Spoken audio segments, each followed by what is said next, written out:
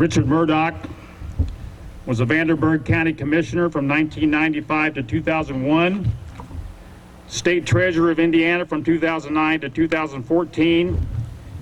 In 2012, Richard organized the Indiana Republicans and Conservatives to defeat Indiana's longest-serving U.S. Senator. He won 61% to 39, reported as the largest victory ever by a challenger against an incumbent U.S. Senator.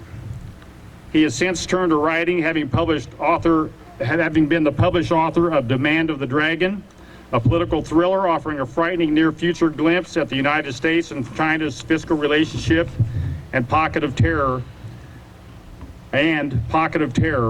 Shame, a historical novel soon to be published of Southern Indiana's turbulent entry into the 20th century. And folks, you know, fate has a reason, God has a reason for all of us, and it's always been, I've always thought if Richard had been elected to the U.S. Senate, he would have been one of the top U.S. senators, if not the top U.S. senator. He's just that kind of a person, but God had a different plan for him. But I think you're all going to really enjoy one of the best speakers I've ever heard, if not the best, Richard Mourdock.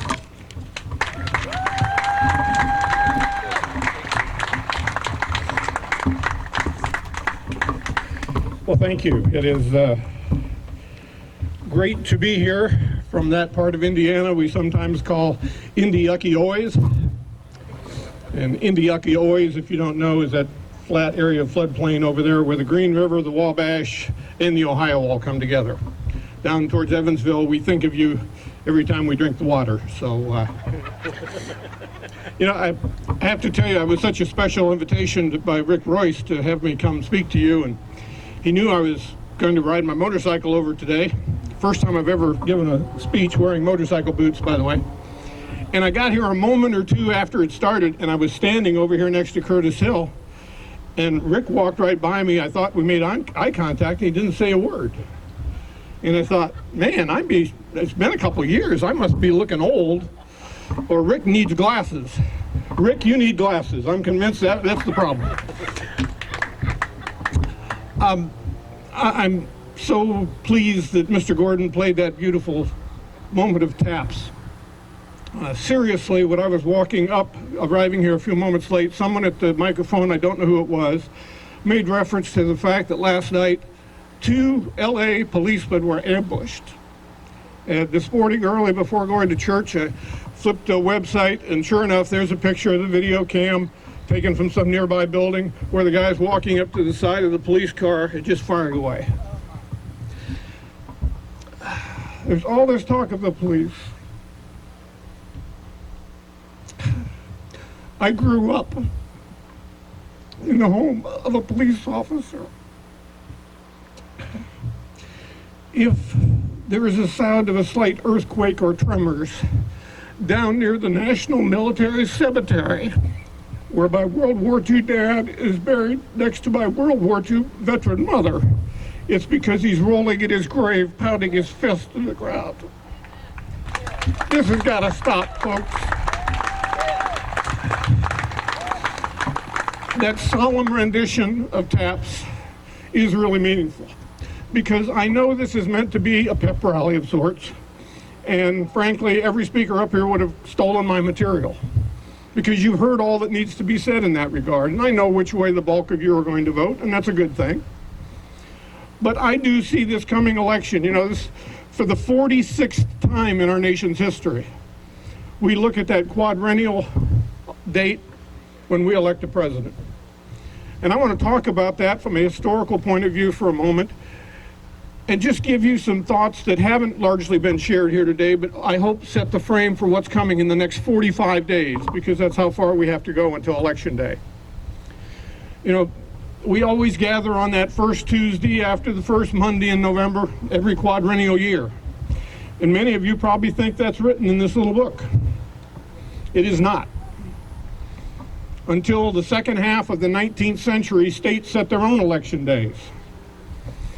And even as late as 1860, Abraham Lincoln had the pleasure of watching the votes from the western states, at that time meaning places like Indiana and Illinois, come in showing he'd won the race. And there was great concern that what was happening in those states when it was being reported before the states back east voted, that somehow what happened in our part of the Midwest might affect those votes back on the East Coast. Kind of ironic when you think about it, because today the news media is scared to death to broadcast the news in real time for fear we might influence how California votes. Oh, that would happen. But it truly is a solemn event that we have. And I want to put it in context for you, because none of the other great democracies of the world, the United Kingdom, Australia, New Zealand, Canada, Israel, none of the citizens of those countries can tell you when they will have major elections. And I can stand here today and tell you on November 2nd, 2032, there will be a presidential election. On November 3rd, 2048, there will be a presidential election. Even on November 6th, 2096, there will be a presidential election. And that's pretty darn amazing. It's amazing because first, I'm nearly at my 8th decade and I still remember those dates, having looked them up a few weeks ago. But even more, it's amazing, and it happens because there is a commonality of Americans. You know, for many, many, many years, during all of our lifetimes, and probably starting in the 1820s, 1830s, Americans recognized we came from different places, different lands. We spoke with different accents, even several times, several generations in. But there was a commonality of what it meant to be an American. It was a beautiful thing. You know, as was mentioned by the mayor, our Constitution's preamble says it is to form a more perfect union, which is an outright confession by the people who put it together and signed it. They knew it wasn't perfect. Even the eloquence of Thomas Jefferson, with his all men are created equal. We all know and have to admit that all men are created equal did not translate into equality under the law for many years, until many, many years later. And it's still not in everyone's heart, because every heart is different. And as Curtis said so perfectly, every heart needs Christ so they can start to see what another person's value truly is. And yet somehow we've lost that sense of commonality. One other thing, you know, this really makes us unique.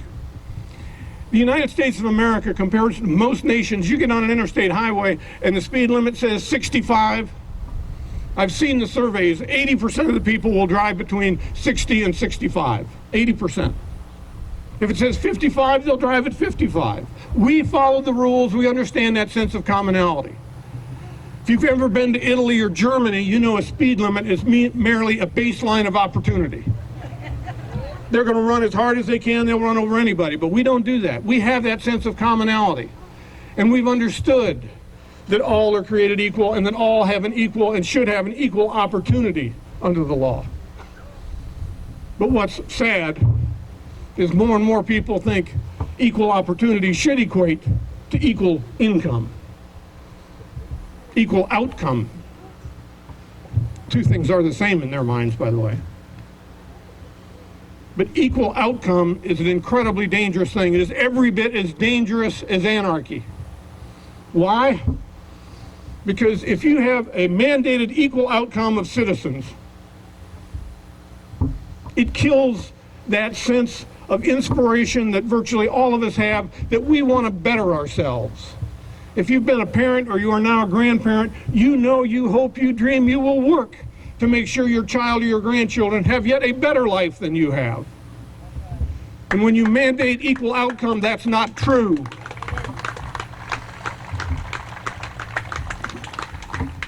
Equal outcome stifles opportunity. Some of you know the works of Friedrich von Hayek. He was an economist, and he wrote his great work, The Road to Serfdom, during World War II. And you need to understand, he was in England. He was born an Austrian, but he'd gotten out of Austria. He saw what was coming through Germany. He went to England and began work on the road to serfdom. He had a vision to see what was then happening. And we have to be very factual here, very truthful. Because in the West, even in the highest executive offices of the United States of America, There was great appreciation for what had happened in the Bolshevik Revolution in 1917. And they saw our then ally, the Union of Soviet, come on, you know the word, Union of Soviet Socialist Republics. They saw what they were doing as a good thing. Many of our allies did, because supposedly there was going to be this equal outcome. And Friedrich von Hayek saw what a danger it was. And he expressed it in just a few simple words. And he said, the problem with equal outcome, when a government is mandating equal outcome, is that if everyone is equal, someone has to be empowered to push down those who start to rise from below. And if someone has the power to push someone else down, we're not all equal, are we? Isn't that simple but genius? His prophecy of the fall of socialism began to happen in the 1980s. Many of you of my age will remember back then we would watch Howard K. Smith or Chet Huntley or Walter Cronkite. And they were covering what was happening in Poland in what were formerly known as the Vladimir Lenin shipyards. And night after night on the news, you saw thousands, tens of thousands of people gathered in the shipyard holding up posters and signs. And one of the most popular series of posters would have the name of a Polish official at the top, and then down below in quotes it would say 2 + 2 = 5, or 6 - 4 is 3. And the American networks didn't know what to make of that. They didn't understand, for the people in the crowd, it was an inside joke, because they knew that socialism was being maintained and could only be maintained by constant lies from the people above them. They were being suppressed by lies, and they knew it, and they wanted the world to know that they do. Now, during the 1980s also, many of you in this crowd would remember, we had a president by the name of Ronald Wilson Reagan. I don't even care if you stand up for that name. You know, Ronald Wilson Reagan upset all the media types because he saw what was happening in Poland and behind the Iron Curtain, and he started talking about freedom and how the Union of Socialist Republics were suppressing freedom in their satellites. And he called them the evil empire. And the left and the media, I repeat myself, the left and the media and the far wide-wing liberals went crazy at that. And they said, why do you call them the evil empire? And the president, known as the great communicator, said, because they are. Simple truth. And seeing what was happening, Reagan made sure the United States government was funding at levels never before possible, because they're part of the Reagan recovery, by the way, the Voice of America and Radio Free Europe, because he knew shortwave radio was the only way to get the message behind the Iron Curtain. And it was starting to work, even within the Soviet Socialist Republic, although we didn't know it at the time. There were a group of Russians who became known as the Refuseniks. And they refused, and made a public stand of refusing, to believe that they could not have access to materials printed in the West. You see, again, if you're going to maintain socialism, you have to back it with lies, and you can't have all this truth coming in from these successful nations when your nation is failing. And one of those refuseniks was Natan Sharansky. He was a brilliant mathematician, and to be honest, his life was far better than most Russians, because he was so brilliant, he actually worked on the Russians' nuclear programs. But he took a stand and said, you know, he wanted to read Western publications. He wanted to hear what was happening in the West, and he was criticized. Ultimately, there was a midnight raid in his apartment, and they found magazines that were printed from France. And so he was taken off, sentenced to 9 years in a Siberian gulag. 9 years. Most of it was in solitary confinement. I said a moment ago he was brilliant. This is how he saved himself from going crazy. He said the only way he could save himself from going crazy was to play chess in his head against himself. I don't know how you do that, but you got to be brilliant. But they wouldn't let him communicate but once a month with his family. He had nothing to write on, nothing to read. And yet, as I said, Even within the Soviet Union, the wall was starting to soften. People were realizing they had rights inalienable. Somehow Sharansky found a little nub of a pencil, and he used the cardboard carton from a pack of cigarettes, and he scribbled a note. And a guard befriended him and said, yeah, he would get it out. The guard had been listening to Voice of America, we later learned. And the guard passed it on to one of Sharansky's relatives, who got it to another relative, who took it to France, who put it in an envelope and mailed it to 1600 Pennsylvania Avenue, Washington, D.C. 20202, USA. Within a week, it was sitting framed on the desk in the Oval Office. It said simply this: Dear Honorable Mr. President Reagan, do not cease in speaking the truth, for you give us hope. Hope. And why did the people in the socialism's clutch need hope? Because every day their life was being suppressed. They could not live where they wanted to live. They could not do what they wanted to do. They were being lied to. Oh, you've got a great government job. You've got a great government apartment. Look, we're all equal. It's utopia. And they knew there had to be some hope beyond that lie. Today, there are more and more, sadly, who wear red, white, and blue on occasion, who seem to buy into that sense of socialism and just, I can't explain why they don't understand it. I don't know if it's coming from AOC, Alexandria Ocasio-Cortez, or aloof, obstinate, and crazy, as I like to think of her. And by the way, has there ever been a person in the history of the universe who had a better set of initials than Bernie Sanders? I mean, you talk about a set of initials that describes yourself. Bernie's got them.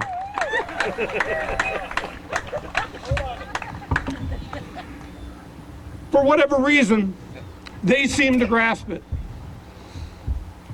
And yet, I am greatly troubled to say, there are too many Americans, some who might even attend a rally like this, who start to buy into it piece by piece. You know, in the spirit of the day, meaning this day, we ought to think of socialism as a virus, because it is. And we can wish that AOC and BS would go wear one of these, or better yet, self-quarantine, but they're not going to do it.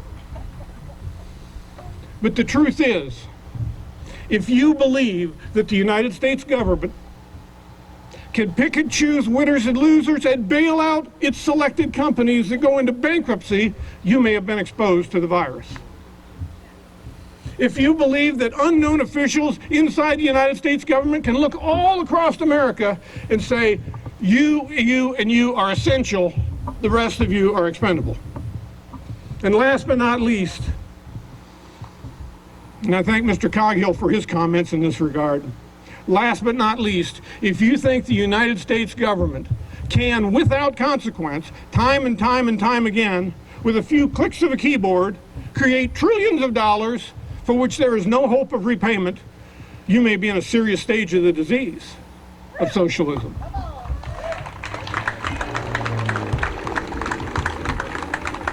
But there is hope. Okay, there is hope. If you related a few moments ago to what I said about caring for your children and grandchildren, wanting to see them rise, then you have the antibody that it takes to beat socialism's curse.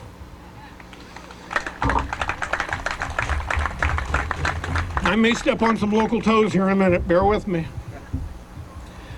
We need to ask, how in the world did this grasp of socialism, why did it start to take root, and why is it taking root? And I would suggest to you, it starts in the education system. Now I know nothing of the Jefferson County school systems. I want to make that plain. I don't know anybody on the school board. I hope you have the best school system in the entire world. But I'll tell you, I think the fault starts there, because the school systems, the public school systems, largely of America, have no accountability for graduating students who don't meet the quality of what the product should be, which is to say a fully informed person on our history's nature and the basic rules of economics. They don't understand it. And that's the school's fault. And by the way, probably the most important thing I'm going to say here today. If you think what happens in Washington, D.C. doesn't happen and doesn't influence your schools right here, every one of you should read this book. Now, I know you can't read the title from there. Over here in the lower left corner is a picture of a beautiful 17-year-old lady. Her name is Meadow Pollack. Was Meadow Pollack. The title of the book is Why Meadow Died. If you watched the Republican convention a week and a half ago, her father was one of the speakers, Andrew Pollack. Andrew, when his daughter was killed at the Broward County schools mass shooting on Valentine's Day 2017, he instantly bought into the fact, well, it's all these crazy Second Amendment people, this kid never should have gotten a gun, da-da-da-da-da-da. And he will tell you he never voted before his daughter was killed. By the way, she was killed with her body draped over another student she was trying to save. She was shot 4 times. Would you read this book? This is my second copy of the book. And I would have brought the first one here, but the binding is all broken because I got so mad I threw it against the fireplace wall a number of times. This story tells how the national policies of Barack Obama's Department of Education have filtered into schools around the country, affecting that most basic thing, which is school safety. Pick up a copy of Why Meadow Died, and then make sure every member of your school board gets it, and after they've all had a couple weeks to read it, go to a school board meeting and ask them what they learned. I implore you to do that.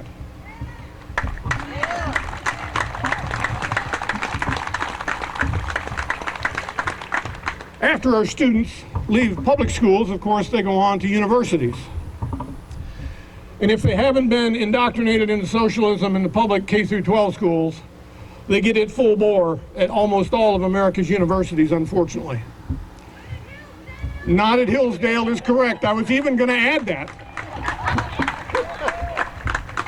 In fact, this came from Hillsdale College when I sent a contribution, so yes. Not at Hillsdale, indeed. But at most colleges, there is an indoctrination. Students are judged less on academic performance than they are on conformity. I ran across this stat the other day. It hit home. I graduated from college in 1973. In 1973, 13% of the students got A's in their coursework. Last year, 45% did. That's called grade inflation. But more and more, it's about agreeing with the professor than it is demonstrating knowledge learned or marketable skill. We have got to change America back to its more basic and fundamental values. I loved what Curtis said, and I don't know if Curtis is still here, but if you are, buddy, and I first met Curtis back in the year 2000 when he was up in Elkhart County. And I liked the guy then, and I've continued to appreciate everything he's done since. And I know if you're still here, Curtis, the political doors have not swung shut on you. Keep working, keep going. We have a place for you.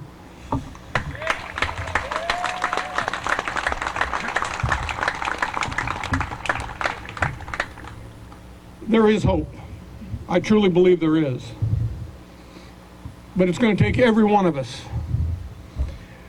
This is a pep rally, and as I said, I didn't come here just to wave the flag, but to inform you of what is at count, and I truly, truly believe it is.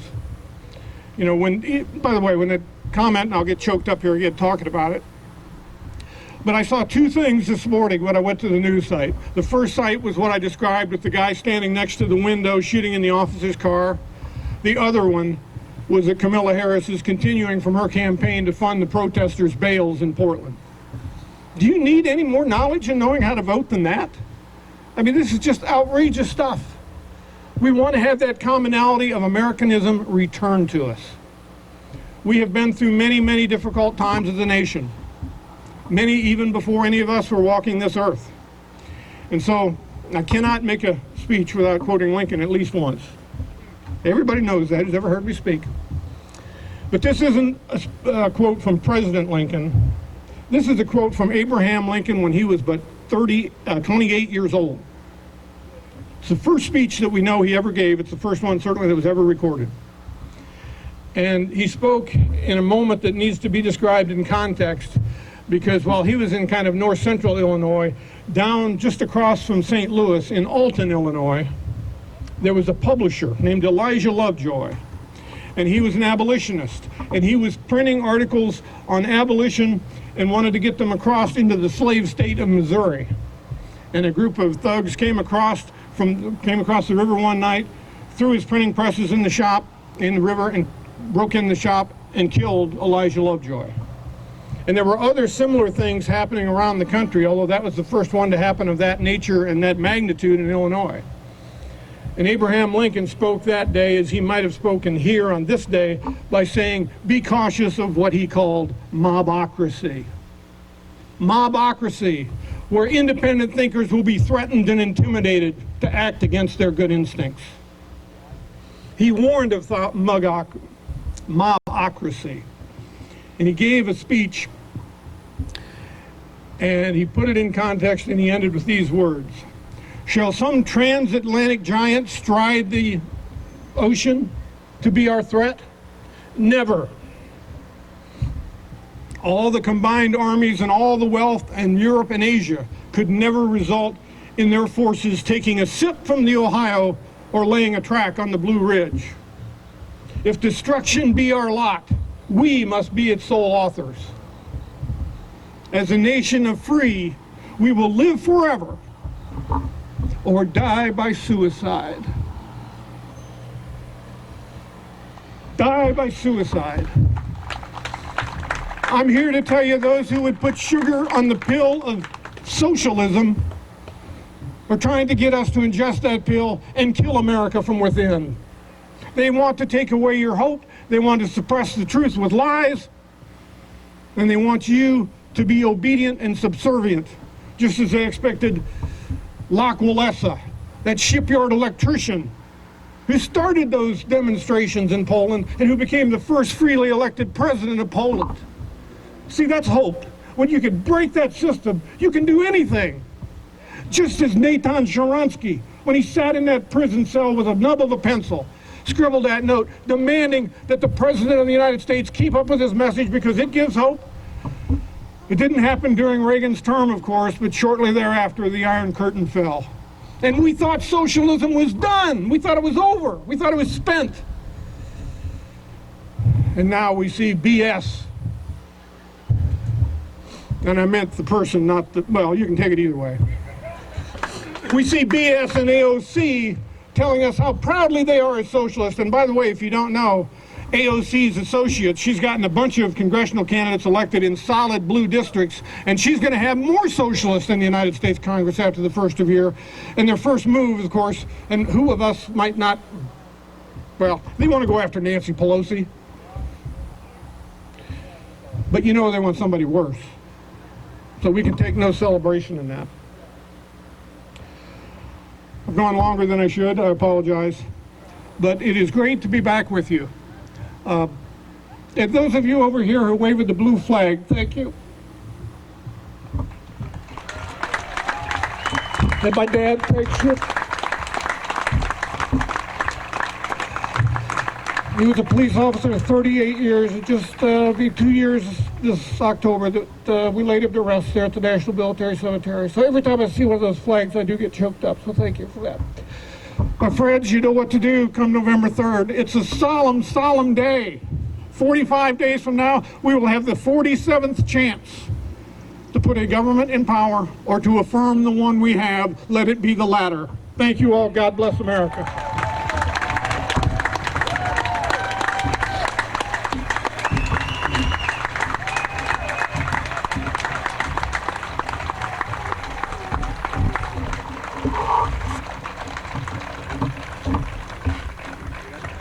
If you hadn't heard Richard speak before, now you see what I mean.